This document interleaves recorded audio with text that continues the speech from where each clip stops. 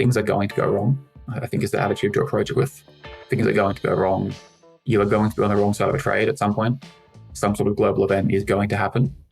That is a systemic risk to the market. COVID, black swan events, things like that almost no one is going to predict, right? You're going to be in a bad position.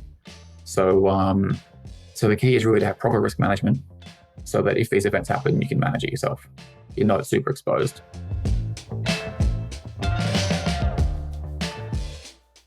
Hi, Anthony. Thank you for joining me on the show.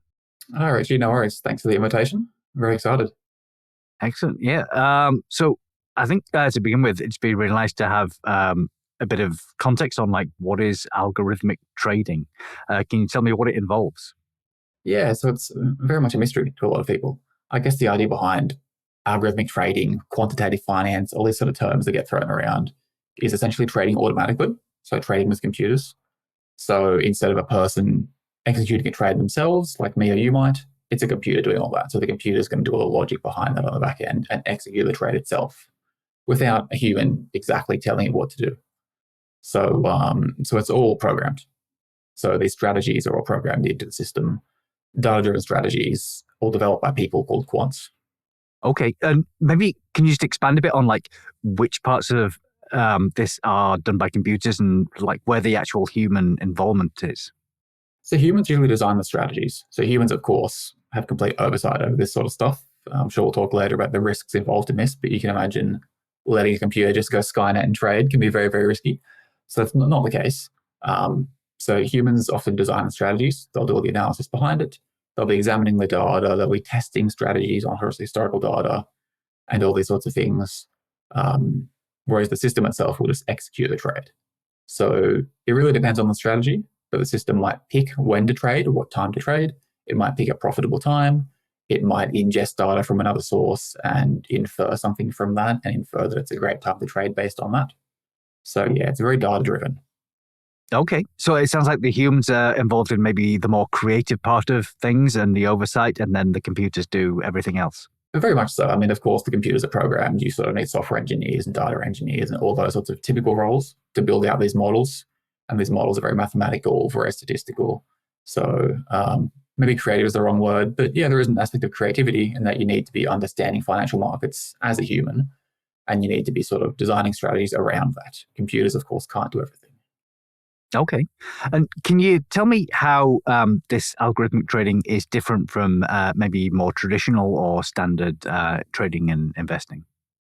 I guess the speed at which it happens is probably the biggest difference. Algorithmic trading, algo trading can be at any pace. You could execute one trade a day, for example. With algorithmic trading, the computer could just decide, we'll just execute one trade a day. Or you could execute 1,000 a second. And so you can typically break that down into mid-frequency trading or high-frequency trading are sort of some of the terms you hear where that refers to the frequency of trades. And at that sort of top level, the high-frequency level, yeah, it can be in the thousands of trades a second. So very, very high throughput. Okay, so this is really something that a human couldn't do because no one's exactly right. That fast. Exactly. A human could never do this sort of stuff. And so it's a very different sort of investing. You think, if you're me or you as a retail investor, you think we might buy a stock because we believe in the company. You know, we might say the new iPhone comes out in a month and therefore the price of Apple stock is going to rise because I believe in Apple as a company. I believe the iPhone is going to be awesome. That's value investing. So we're investing in the value of the company and that product that they're releasing. Whereas algo trading strategies that people design, it's very hard to do that. If you're trading 1,000 times a second, you can't sort of trade based on value. So you're often on a much shorter time frame. So you might buy something and sell it 10 seconds later for a very small profit, for a 1 cent sort of margin or a spread there. So a very different sort of investing at its core. So it sounds like there are these different strategies, and maybe like this value investing or the sort of let's make a little bit of money in 10 seconds are sort of different approaches. Can you talk me through like what the analyses look like in order to accompany these strategies? Yeah, and of course a lot is done there. So I suppose maybe the biggest goal, obviously, is to generate profit from this, for the companies that do this. But these companies are also what are called market makers. And the term is very literal. It means to make a market. So you're acting on both sides of the trade. So you might offer liquidity to the market, meaning offering volume to the market, by being on both the buy and sell side. So in that example I gave of you buying some Apple stock, we would probably buy that in reality from from a market maker, from a high frequency trading company. They'd be the ones on the side of the deal that we'd be buying from, just because they're constantly trading back and forth, buying and selling, providing that sort of activity in the market. And so the activity certainly is there, and the analysis is there in constantly being a part of the market. But then, of course, risk management is sort of a key part of the analysis that's done as well on these strategies. And maybe we'll discuss it further along. But there has been cases in the past, very famous cases that some listeners might remember, the flash crash of 2010, where sort of the US market lost about $1 trillion in sort of a 30-minute period and then rebounded straight away based on some quite shady high-frequency trading, some bid stuffing and spoofing. So it's a very competitive space. And so a lot of analysis is done. And that's why you'll see people in this space, typically with maths backgrounds, stats backgrounds, because that's what you really want. You want people who can sort of solve these problems and sort of figure out a solution. $10 trillion in like 30 minutes, that's a number that I find very difficult to imagine. That's a lot of cash there. 1 trillion. But yeah, listeners should look it up. The flash crash of 2010. Pretty incredible. I find it interesting that it's not just, let's see how much like profit we can make or how much money we can make as a goal, that you also have these ideas of like, we need to do things like mess about with liquidity or mess about with like how do we minimize risk. So it does sound like there are a few different goals there involved. That's right. Yeah. I mean, you certainly can't just focus on making money. You've seen all sorts of examples of companies that have had bad risk management practices. They've just thrown cash around and they've been very irresponsible with their investing. And as a result, they've gone bust. They've caused instability in the market. So risk management is a key aspect of it. Okay. That's actually a really interesting idea. Like, are there different skills needed for risk management versus some of the other goals, like the straight up trading? Yeah, generally speaking, people who are in a risk management area have more of a finance background.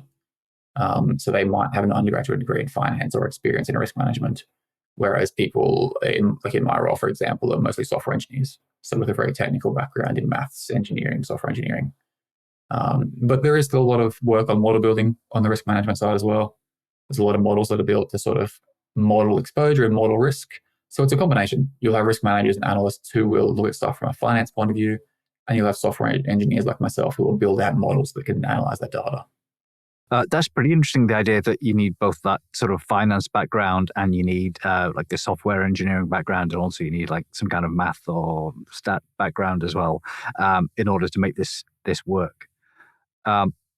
I'd like to go into a bit more detail on like what the data looks like and what sort of techniques you use. So I guess maybe let's start with the data. Yeah, what's involved?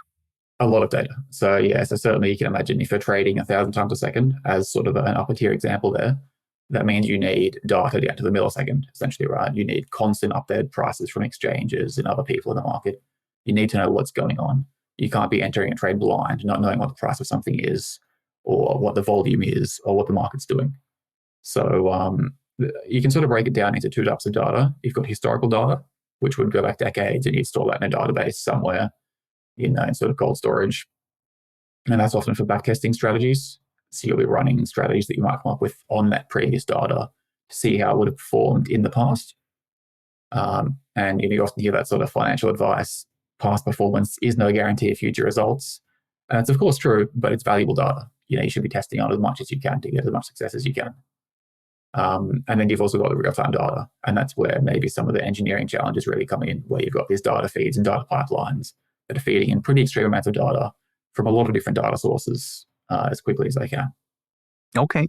So the having historical data on what the price of something is seems pretty important. What other data sources do you use in addition to that? Yeah, I mean, so obviously having the price of the asset itself is pretty critical. But you'd also look at, the interest in that. So the bid and ask spreads, you'd look at the volume, historically, how much volume has been traded. If there's a sudden increase in volume, what does that mean for the price? If a lot of people are buying, all of a sudden the price might go up. You can sort of get the correlation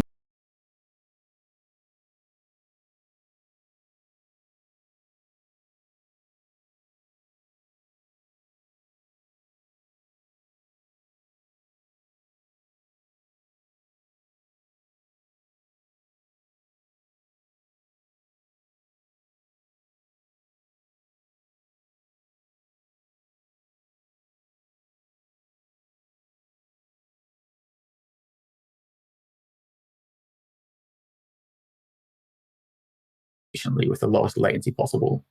That's really a big challenge. And in terms of the techniques you use, it seems like time series analysis may be the obvious thing, but can you talk me through a bit about what techniques are used in these analyses? Yeah, that's right. So time series data is what we deal with. We deal with, as I mentioned, a lot of data, often down to the millisecond, so broken down by millisecond timestamps. So a lot of data that you can plot up, you can visualize, and then you can do some sort of analysis on that. That really comes into trading strategy. So, for example, you might use some NLP to look at natural language processing, and you can look at what's happening in the market as a result of that. You build all sorts of models off the back of this data. And generally speaking, there are so many models that you can build to pivot up this data in some way and to display something. You'll have all sorts of different views on the market from a risk point of view, from a trading point of view, from a wider sort of perspective. There's a lot of analysis that can be done to sort of look at that data. Actually, I remember seeing a talk on sort of financial analytics a few years ago where they were saying that actually, although supervised machine learning is like an obvious thing to use for making predictions, it's very hard to make it work in the case of stocks. And I'm wondering whether that's something you've experienced or whether that's old hat now. Yeah, that's very much the case. I haven't heard of any companies really leveraging machine learning for actually trading. So in other words, using a model that would say, this time of year, Bitcoin's going to double in price or something. It just doesn't take into account enough factors, typically speaking. If you build out something like a deep neural network to look at this, it's often too hard to interpret. I think one of the big issues with deep neural networks is that it's very much a black box.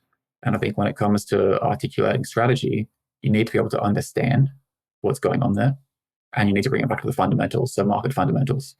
And I think with any price predictions using machine learning, you often see it online, you see the sort of tutorials, we can predict the price of Bitcoin, it's going to double quickly, buy it now in 12 months, Not the case. These models often just, you can't rely on them and you wouldn't want to use them in an active trading environment.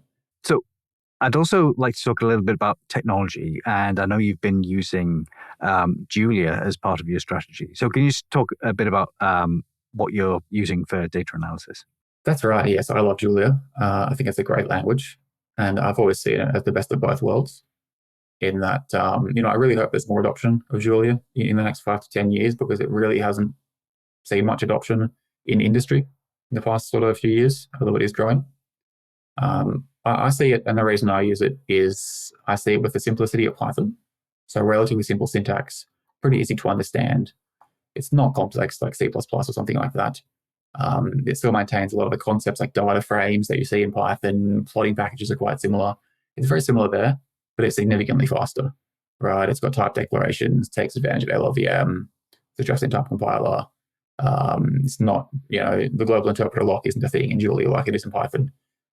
So it's a significantly faster language. So you're getting the speed of that low-level language, but you've got the simplicity of something like Python. So that's obviously one language. I think one of the reasons is you have a lot of people from diverse backgrounds. So you've, of course, got people like myself who are software engineers, they're quants. We know C++, Python, it's our job to write code.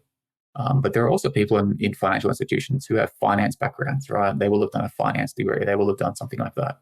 And they won't know a programming language. They certainly won't know C++, and they shouldn't. It's not their job.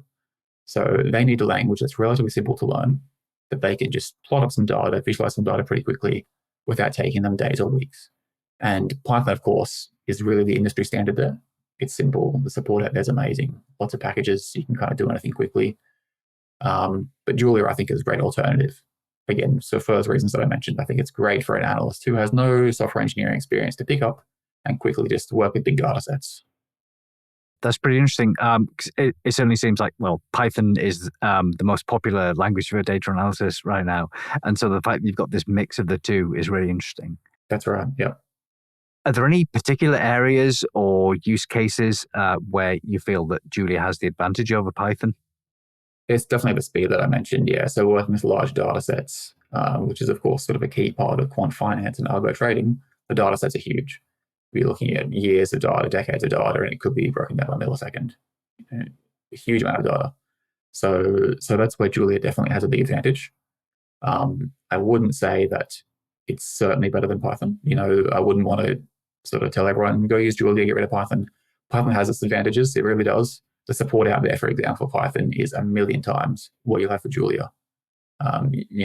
Julia is still very much in its infancy in terms of the online support out there, in terms of tutorials, courses, resources, packages, that sort of stuff, especially for a relatively niche field like quant finance, where Python has some great packages.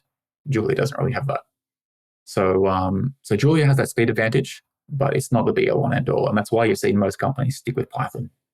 Okay, so having that support and the broader ecosystem, it is very advantageous, and there's that trade-off then between ecosystem and speed of your code running. Exactly, yeah. And you mentioned that you also have some finance people who have to get involved in analysis, and they need something really simple. I'm curious as to what happens when you start using different languages and you've got teams with different levels of technical ability. How does that work? It's usually pretty segmented. So, for example, a development team like myself would be separated from a team of analysts, or you'd be working on very separate work. A developer would be building out models on the back end. You'd be writing C++, something low level to actually work on the back end. Whereas an analyst is very much working on pivoting off that data. So they're going to take the data from the database. They're going to do some analysis on it, make some plots, make some charts for a report, that sort of thing. So typically there isn't that sort of disconnect where a developer is talking to an analyst about something in C++ and they have no idea what's going on. That's very much segmented in that everyone has a clear role there. Okay, yeah, I can imagine you don't want someone without any technical background try to That's comment right. on your Yeah, C++ code. It's not going to work out. That's right. Okay, all right. So before you mentioned about risk management and risk analysis being an important part of the job, and it does seem like there's a lot can go wrong with algorithmic trading. So can you just give me an overview of how you go about managing risks? Yeah, that's right. I mean, I brought up the sort of the flash crash of 2010 before. Things are going to go wrong, I think, is the attitude to approach it with. Things are going to go wrong. You are going to be on the wrong side of a trade at some point. Some sort of global event is going to happen. That is a systemic risk to the market. COVID, black swan events, things like that almost no one is going to predict, right? You're going to be in a bad position. So the key is really to have proper risk management so that if these events happen, you can manage it yourself. You're not super exposed. Funnily enough, DataCamp actually has a really good course on quant finance with a few risk management models that are actually mentioned there. And one from that course is the VAR model, the VAR, or the value at risk model. And that's a pretty key model that is sort of the base of any risk management strategy. So yeah, it really is just very similar again, a lot of mathematical, statistical models that you can use to constantly track your position. But I think where you see companies go wrong is often attitude. It's not a lack of technical skill. It's not a lack of the models, but it's attitude to their investment. And that's where they go wrong, get themselves in trouble. That's interesting that the problem isn't necessarily just the statistics behind things. It's a cultural thing. Could you maybe expand on that a bit? Yeah, I mean, you think of some of these collapses that have happened previously. I suppose FTX is maybe a very global case that every listener will be aware of. FTX had incredibly smart people, right? They were incredibly smart developers. SPF worked at Jane Street, a well-known sort of quant finance firm that sort of hires very intelligent people. He was a smart guy, but it was an attitude problem there, right? Very clearly, they were doing things that was illegal. It wasn't that they didn't have smart people. It wasn't they couldn't build out these models. It was that they didn't want to, and they were just doing illegal things. So it's very much an attitude to risk management that is really the foundation rather than your model itself. That's the stepping stone. Okay, so in that case, it seemed like because there was illegal activity, they were just like, okay, we believe what we're doing and we're just going to go for it regardless of anything else. That's right, yeah. I think that's maybe not the case in a lot of organizations. Like you're probably still doing legal things, but they're still vulnerable to treating risks badly. That's right. Are there any sort of cultural warning signs you can think of where you think, okay, maybe risk management isn't being taken seriously? Yeah, I suppose most companies have a compliance department. So you'll have compliance essentially reviewing trades. And even traders themselves will be reviewing trades. So a very common thing is post-trade analysis, where you will look at your trades. And as I mentioned before with machine learning, you should understand them. You should understand why those trades happened. If you lost money on a trade, that's okay. You're going to lose money on a trade every single day. But why did it happen? Why did you enter that position? Why did it come out badly? I think that constant attitude of self-reflection is really important. And I think if you see that absence of that, if you see that absence of not really caring, or that absence of not really wanting to reflect and debrief, then that's a concern. So I find this very interesting. So at DataCamp, we have this idea of like intellectual honesty, where if you do something silly, you got to like acknowledge that you've done something wrong. That's right. Yep, that's right. So yeah, that's absolutely fascinating that you do need some kind of review process, and you do need to acknowledge where you've made mistakes in order to stop them in the future. Just on the subject of risk, how is risk dealt with by analysts? Is it a separate team that's involved in thinking about risk, or is it something that analysts would have to worry about themselves? Yeah, it's generally a separate team. You'll have a team of risk management professionals who will do that. And then developers who are geared towards building risk models as well. So people who are pretty professional at that. It's always something that should be front of mind for everyone. And a lot of the reporting is pretty open when it comes to risk management. So a lot of the reporting is seen by everyone, or a lot of the metrics that are tracked for risk management are seen by everyone, so that people can have a pretty transparent view of what's going on. But yeah, there are specialist teams for this sort of thing. And on the technical side of things, can you maybe tell me a bit about like what the statistical techniques are to measure risk, or are there any kind of analysis techniques there? Yeah, of course. Yeah. Again, quant finance is all about maths and stats. That's the core point I would give people, right? It's all about maths. It's all about stats. It's all about a quantitative approach to this sort of stuff. So you think of all the sort of statistical measures that are out there. You could probably apply them all to a trade, to a portfolio.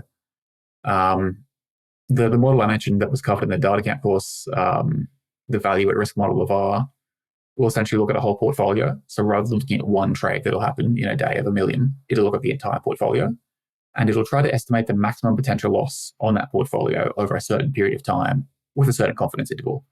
So you could say, for example, a 1 day 95% confidence interval VAR of $1 million means there's a 5% chance that portfolio will lose more than $1 million in that 1 day period. So it's trying to put a confidence interval on something. It's using statistics to say, okay, we're 95% confident that we're not going to lose more than this today. But then for individual trades, there's all sorts of metrics as well. And of course, that's taken into account before entering into a trade. You've got standard deviation and variance and pretty simple things like that. You've got the beta of a stock. So it means how sensitive the stock is to the returns of a benchmark. So a market benchmark, like a market index. You've got different ratios, like the Sharpe ratio. It's risk-adjusted returns, so it adjusts returns for risk. And all sorts of methods. Yeah, it's the sort of thing you could talk about forever. All sorts of analysis you can do there.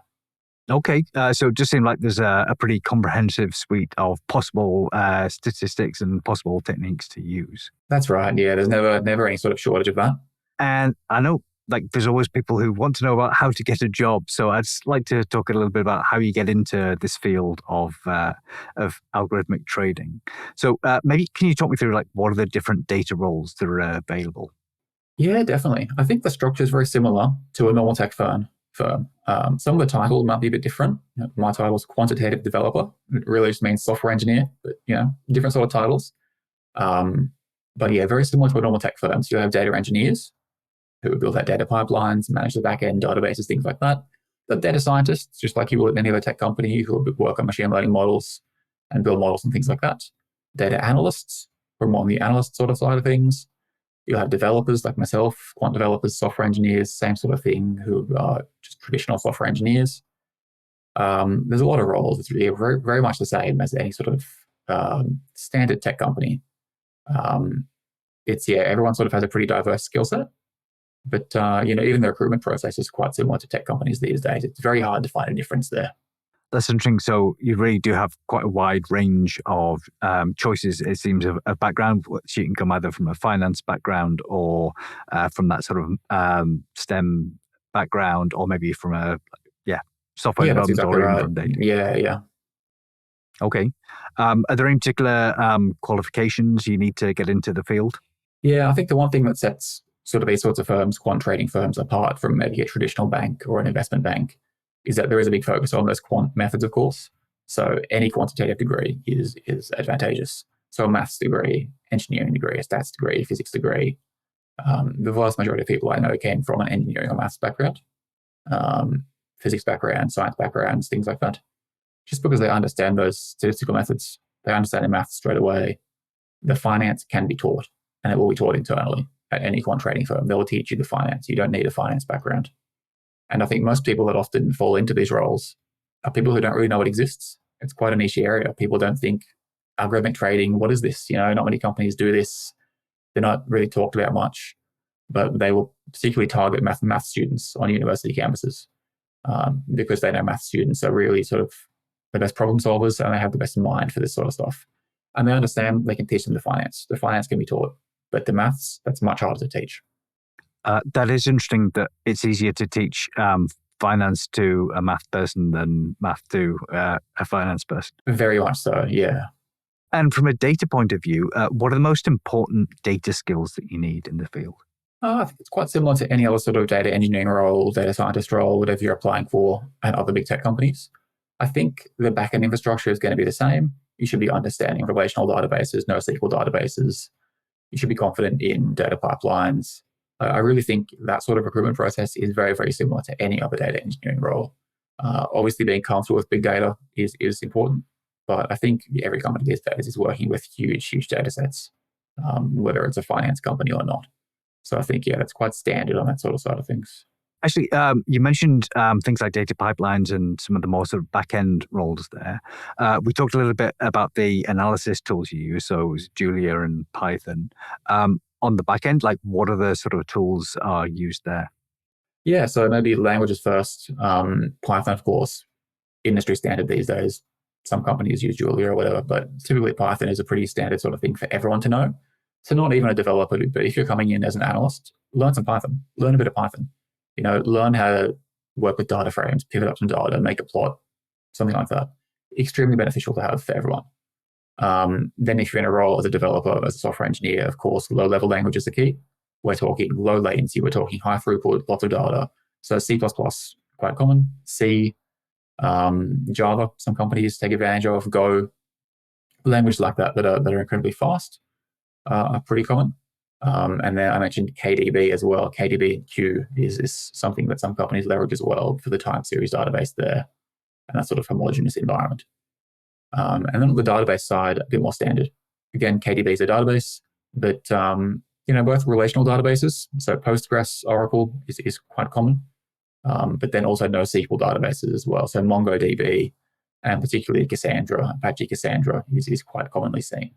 Okay, so quite a wide variety of tools then, and particularly with databases. So there was the KDB for time series, and then you got the NoSQL databases as well. That's right. And you'll often see in one company, certainly more than one. Yeah. Okay.